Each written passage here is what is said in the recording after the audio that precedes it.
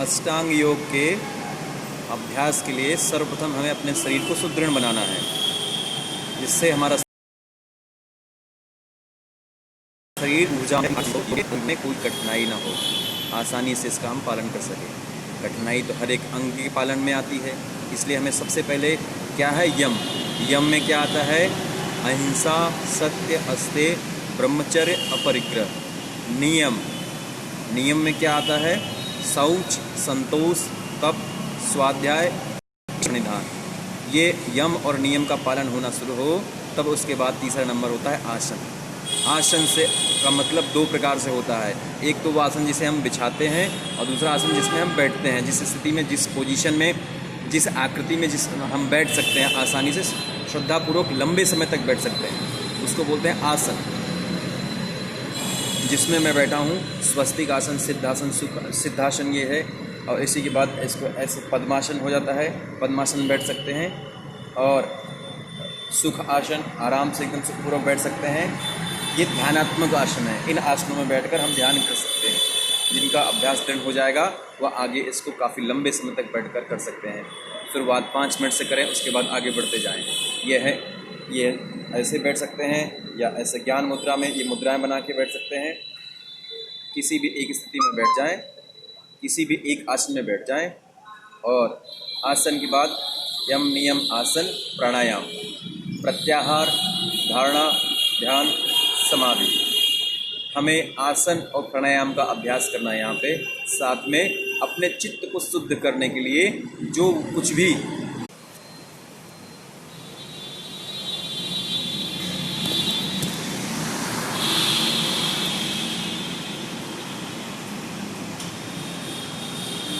आइए सबसे पहले प्राणायाम का अभ्यास करते हैं।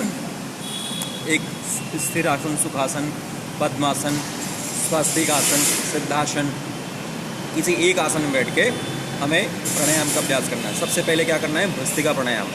भस्त्रिका प्राणायाम से हमारे शरीर की जो नस नाड़ियाँ हैं वो पूरी तरह से ऊर्जावान हो जाती हैं। उसमें स्पंदन होता है अच्छे से, ऑक्सीजन को पूरी तरह से पहुँचने पर वो स्पंदित हो जाती हैं।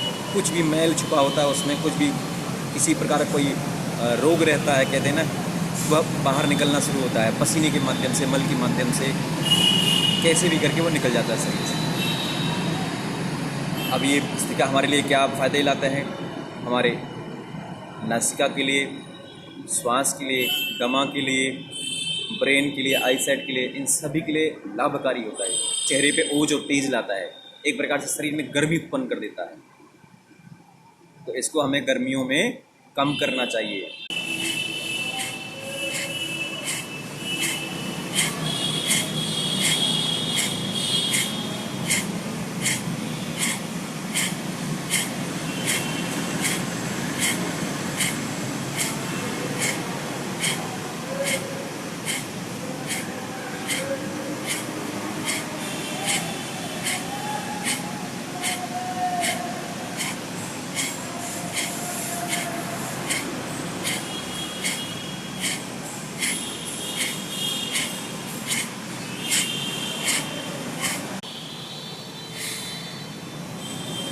ये भस्त्रिका का तीव्र रूप है।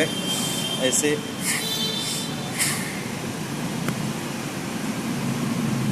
तीस से 50 बार, 60 बार तक कर सकते हैं। शुरुआत में 10 बार ही करें शुरुआत में, नहीं तो पसीना, खूब पसीना आ गया है मुझे। ऐसे एक हैंकी रखें, साथ में गमछा रखें, साफ़ करें माउथ को अच्छे से। और यह भस्त्रिका करने से हमारे जो भी श्वास से संबंधी बीमारी है वह दूर हो जाती है। साथ में कहीं किसी को कोई तकलीफ है, साइनस बहुत ज़्यादा होता है, बहुत तकलीफ, सांस लेने में तकलीफ है, वो दूर होती है। आईसाइट की प्रॉब्लम है वो दूर होता है। चेहरे पे ओज और तेज आता है। कपालभाति करना है 10 मिनट तक लगातार। 1 सेकंड में एक बार स्ट्रोक लगाना है, और 10 मिनट तक मतलब 600 स्ट्रोक। एक सांस छोड़ना है, ओम, मन ही मन बोलना है, ओम ओम ओम, ऐसा बोलना है। ताकि देखिए, बहुत तेज़ करेंगे तो पीछे तकलीफ होगी, और बहुत धीरे करेंगे तो असर नहीं होगा। इसलिए मध्यम गति, मध्यम करना है। इतना मध्यम कुछ हो रहा है, ऐसा ना हो कुछ हो भी नहीं रहा है। और हम कपालभाति सालों से, मेरे साथ में 10 मिनट तक लगातार कपालभाति। कपालभाति से क्या लाभ होता है मैं वो बताता जाऊँगा आपको।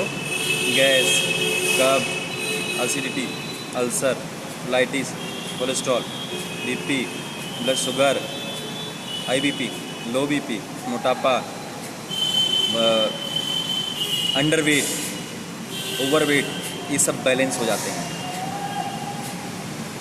और आध्यात्मिक लाभ में हमारे मूलाधार चक्र, स्वादिष्टान चक्र और मणिपुर चक्र, ये तीनों चक्र जागृत होते हैं।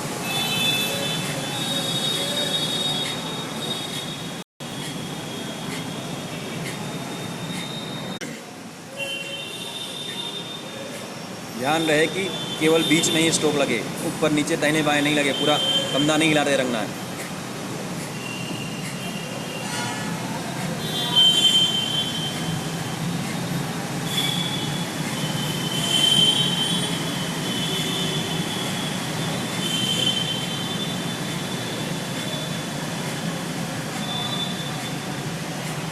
कॉन्स्टिपेशन सबसे बड़ा, जो वर्किंग पर्सन्स हैं जिनको अलग अलग जगह पे घूमना होता है,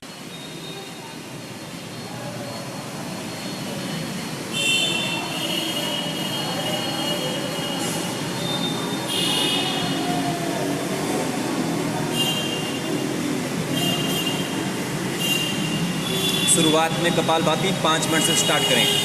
5 मिनट करते करते पहले शुरुआत जो पहला दिन कर रहा है वो 1 मिनट करे, 2 मिनट करे, 60 बार, 1 मिनट में 60 बार हो जाता है। 1 2 3 4 5 6 7 8 9 10 11 12 13 14 15 16 18 19 20। 1 मिनट में 60 बार, तो 10 मिनट में 600 स्ट्रोक। जिनको अल्सर हो, कमर दर्द हो या हाल ही में ऑपरेशन हुआ हो, ये वो इसे ना करें या किसी योग शिक्षक के या जानकार योग शिक्षक के सलाह से ही करें। अपने मन से इसको घर में अकेले प्रयास ना करें।